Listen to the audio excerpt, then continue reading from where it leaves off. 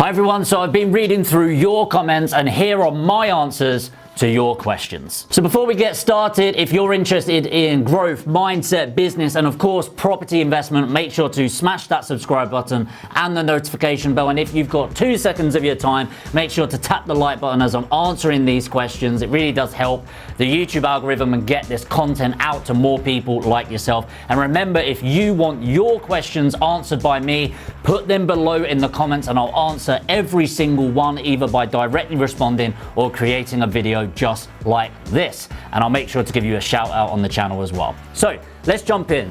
So this is a question from Aaron Lewis. What are the best startup strategies for building up cash flow quickly? Great question, Aaron. So what we do when we're starting out in property, if you've not got a lot of money or indeed time, you need to look at the controlling assets rather than owning them. So this really narrows it down to a rent-to-rent, lease option, or deal packaging. Now with each of them, it's a business, okay? There is no such thing as no money down.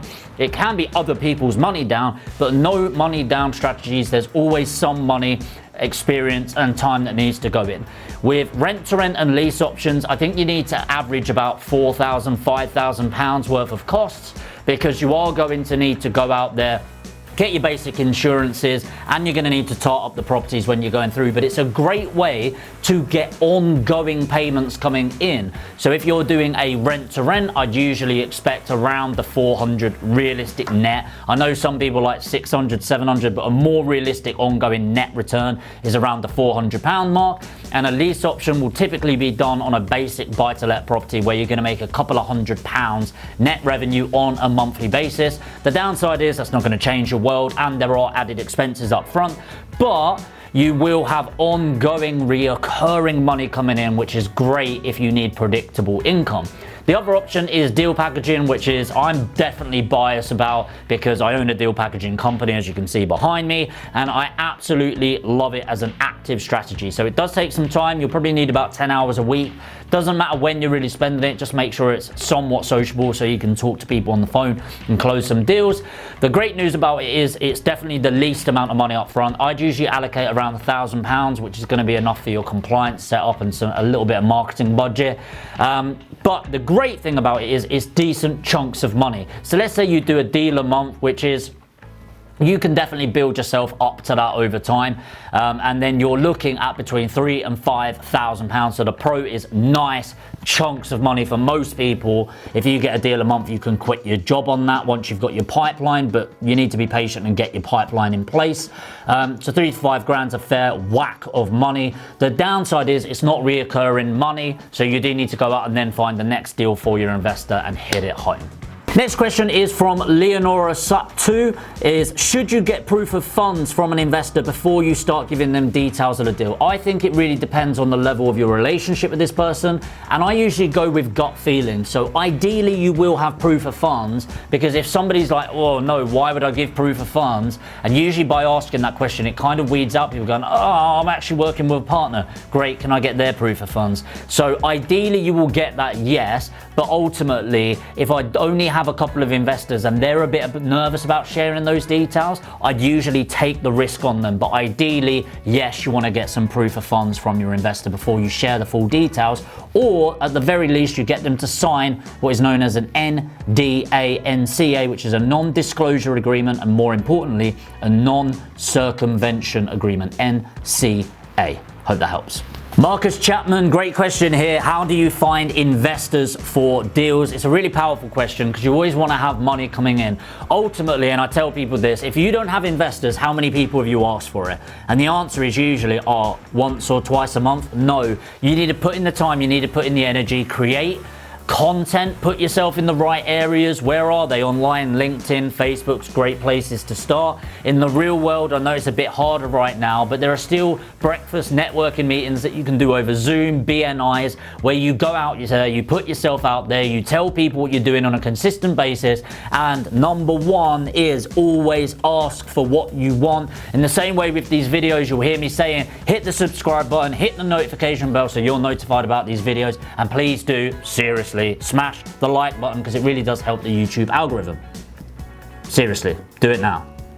You need to ask for these things, and if you don't do it, don't expect people to just be thinking, this is great, I'm going to hit the like button, I'm going to hit the subscribe. Obviously they should, but sometimes you need to tell them about that. So share amongst people, talk to the right people, put yourself in front of the right people, and you will become more well-versed and being able to communicate more effectively and drawing those people in.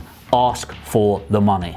Gaston daring a very peculiar question here, or very accurate and specific. What 7 steps, not 6, not 9, 7 steps would you do to ensure you don't miss anything on viewings? All right, off the cuff, let's see if I can do it. First of all, start from the outside. Really big thing that people miss is the roof. Stand far away from the property, across the road, and look at the roof. What you're looking for is the ridge line. Does it dip in the middle? Are there any tiles missing or anything like that? But it's a really good indication of when you get inside. If there are a few tiles, look for some damp in the upper rooms, and maybe even poke your head up into the loft and see how big that gap is, because it is going to be an added expense. Number 1.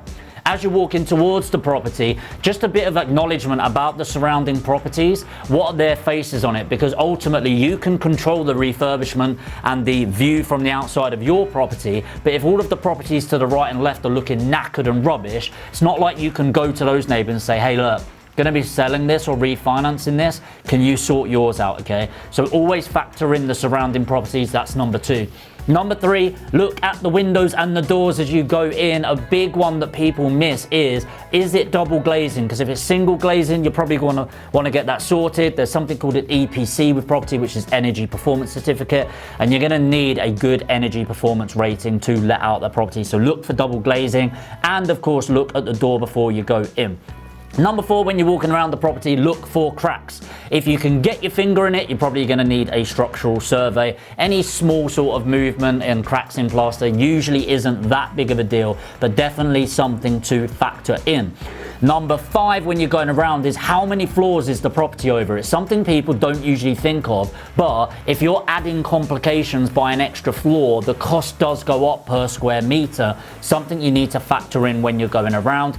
Number 6 is you can't see all of the damp. Buy yourself a damp meter stick. You just jab it in the wall as you're going around. If you're getting any feelings of moisture or anything like that, they cost you about £50, and you can go around and make sure you're getting that when you're going through. Number 7, when you are going around the property, always have an idea of the ceiling price in the area. So all very well and good going, I'm going to refurbish this property, but you need to make sure you understand the standard that you're going to, because I can go into a kitchen and spend £1,500 or £2,000. I can go in a kitchen and spend £20,000, okay? And what's going to dictate that outcome is the ceiling price and quality in the area, and having an understanding of what the resale market is looking for and the rental market. There you go. There's my top 7, Marcus. Go away and implement them.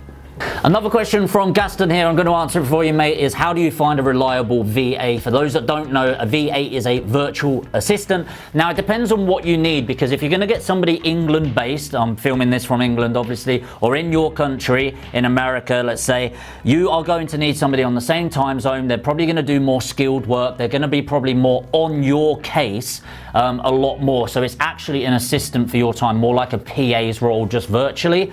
I would only take somebody on from a referral on that basis, because they are going to cost quite a lot of money. If you're more thinking a VA, as in somebody that's doing basic admin roles, maybe scraping data, things like that, maybe a couple of phone calls, then they don't need to be in your country, and you're better going into a developing country, because you can pay a great amount of money for them, but it's actually relatively cheap for you.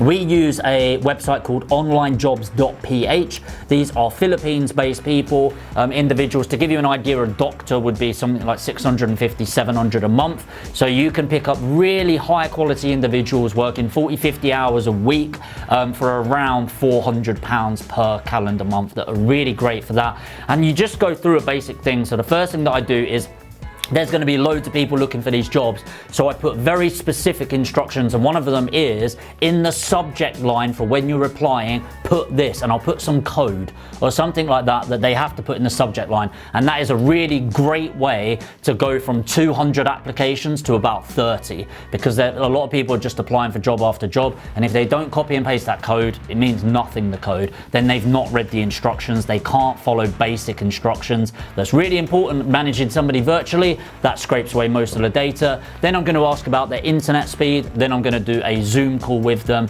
and ask if they're okay me putting something like rescue time on their computer, which means you can check in on them and check their work. And really it's just a bit of trial and error, but if you go through those processes, you can find somebody that's really great at what they do. Okay guys, so that's been your questions answered, and if you've got any questions that you'd like me to answer either directly or do a video around it, make sure to comment below. If you've got value from me answering other people's questions, make sure to hit the like button. It really does help push these videos to other people. And of course, if you want more videos like this around business, wealth, mindset, and of course, property investment where you want me interacting, make sure to smash the subscribe button and the notification bell, and I'll see you in the next video.